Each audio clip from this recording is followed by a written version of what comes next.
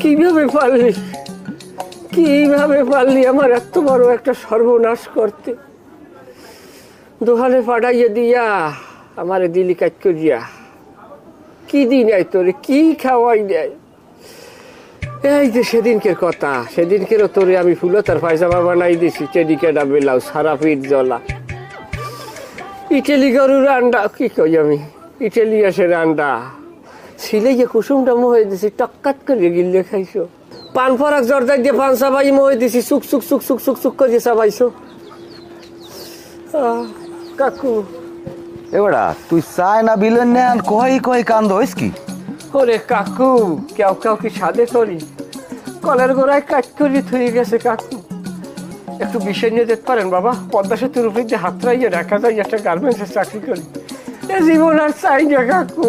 আরে বেটা তুই কান্দ কে, বিষ খাবি কে, এটা তো আমার বুঝেই কবি।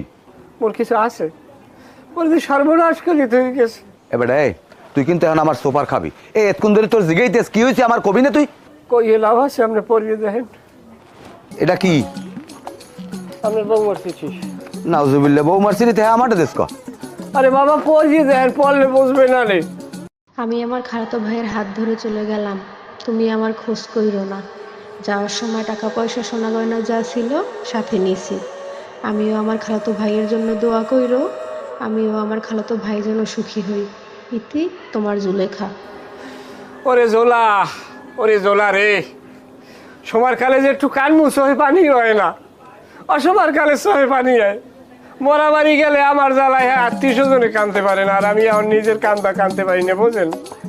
থাক বাবু কান্দিস না, এখন একটু ঠান্ডা হওয়া। ওরে কাকু, আপনি আমার দুঃখ